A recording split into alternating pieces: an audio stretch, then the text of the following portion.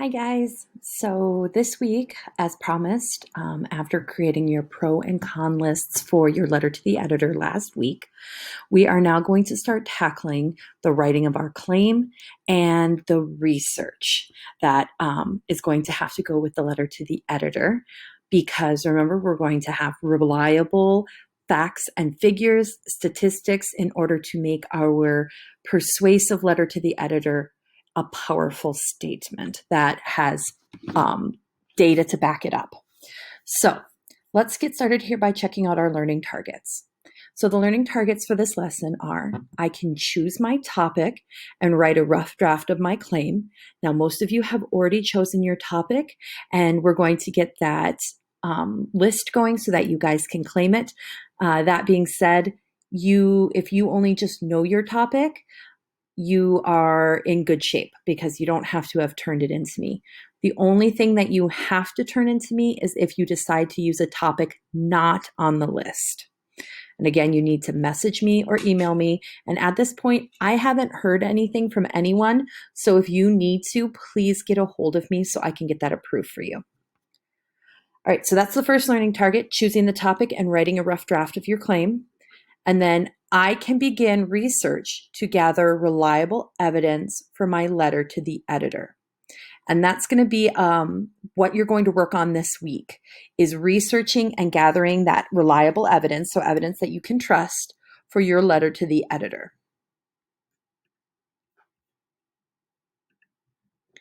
So let's take a quick look here at our persuasive essay topic choices. Now, you guys have seen these, you are familiar with them at this point, and you have likely chosen one of these.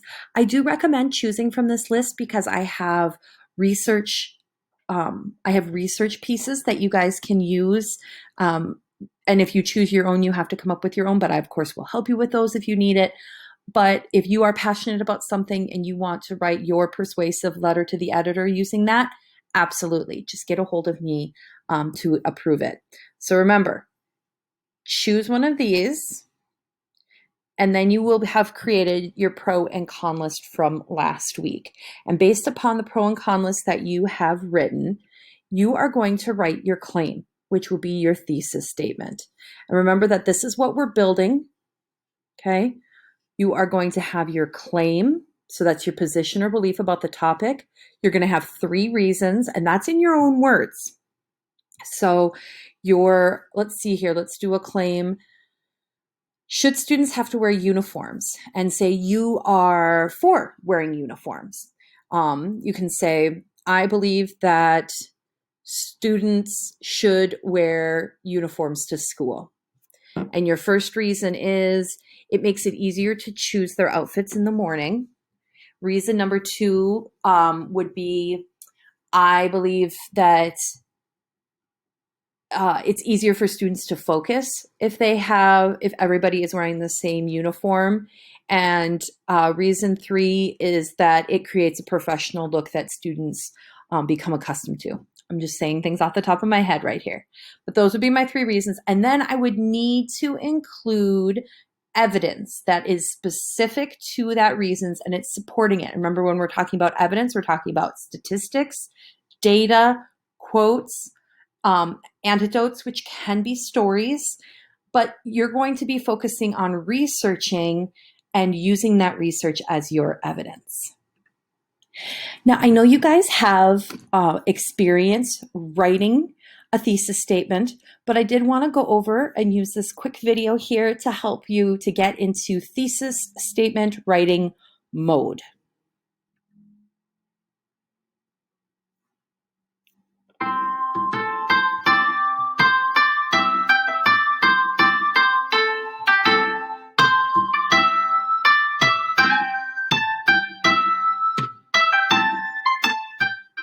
Young ninja writer in training. If you want to become a writing ninja, you must learn how to write a thesis statement. Today I'll share with you the secret formula for writing thesis statements.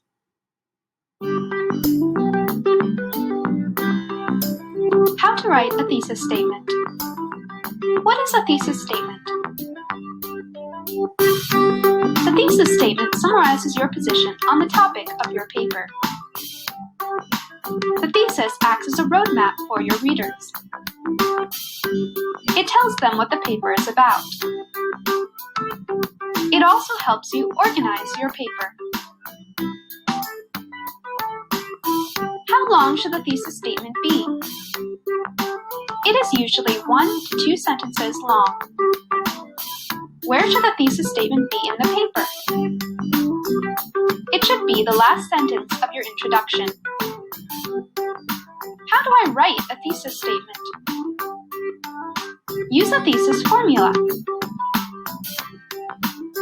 Claim, your position, plus reason, evidence, equals thesis statement. First, choose the topic of your paper. If your teacher has given you a writing prompt, that will give you the topic of your paper. For example, your writing prompt equals explain why or why not people should study a foreign language. Your topic equals whether people should study foreign languages. Now choose your position, for or against. We pick the affirmative. People should study foreign languages. Your claim equals people should learn foreign languages. Your reason equals the evidence supporting your claim. Why should people study a foreign language? Studying a foreign language is proven to make you smarter. Claim, people should study foreign languages, plus reason, because it makes them smarter, equals thesis statement. Make your thesis statement stronger by further developing your evidence. A 3-point thesis statement is the strongest kind of thesis statement. A 3-point thesis statement has 3 pieces of evidence supporting the claim. People should study a foreign language because language learning strengthens the memory, enlarges the vocabulary, and builds an appreciation for foreign cultures. Now you know how to write a thesis statement. Don't forget the formula. Claim, your position, plus reason, evidence, equals thesis statement.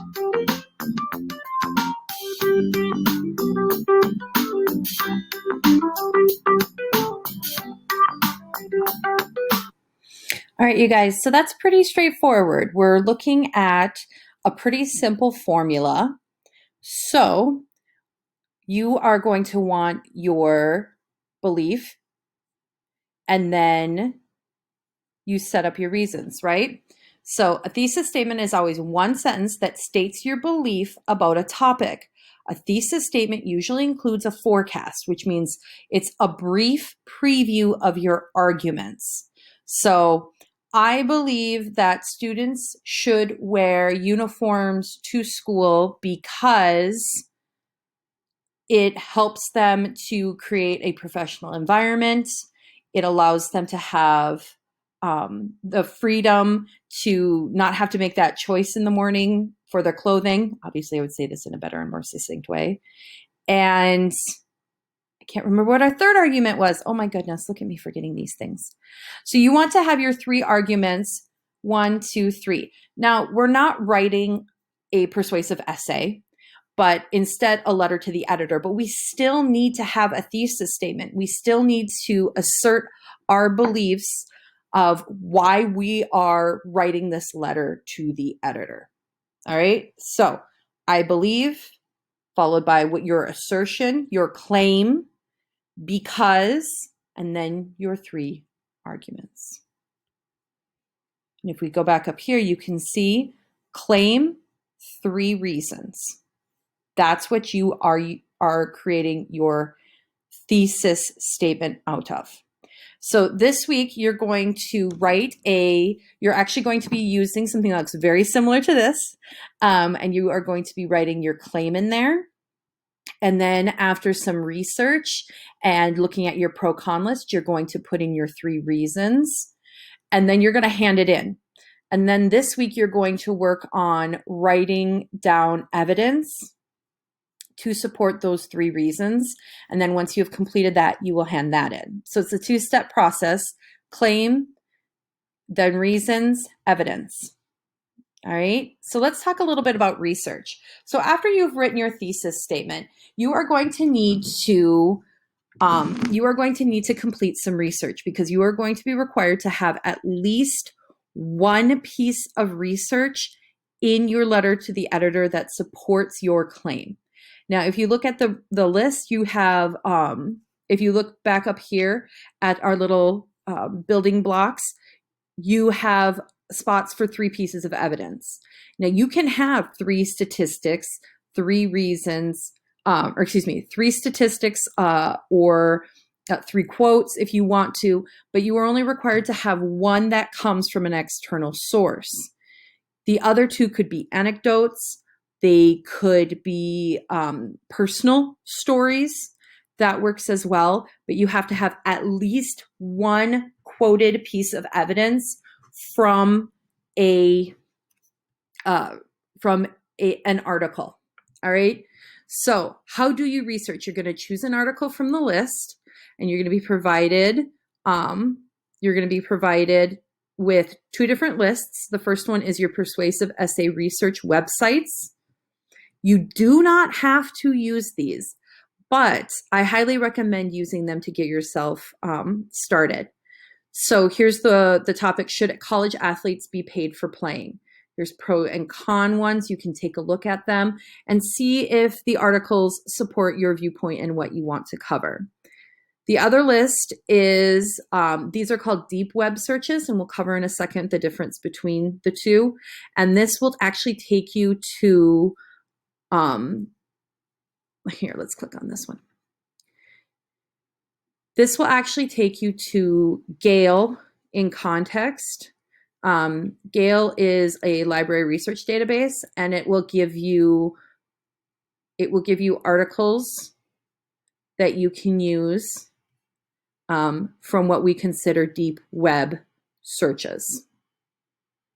So here we go. Back we go again, you guys. So you're going to choose an article from the list. You're going to read that article, and then you're going to decide, is there information that would support my opinion? If yes, then write down the source information and then take notes. And a bulleted list is okay.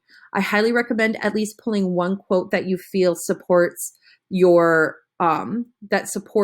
claim. And if not, you can move on to a new site. If you don't think it's useful, you don't think the article is any good for what you're working on, it's not worth it, just move on. And that's specifically from these research websites. You can go through and decide if they work for or if they don't work for you. All right. Now, why did I show you the deep web searches where you go to the Gale group? The reason why is because these library databases provide a lot of quality information. There's no advertisements.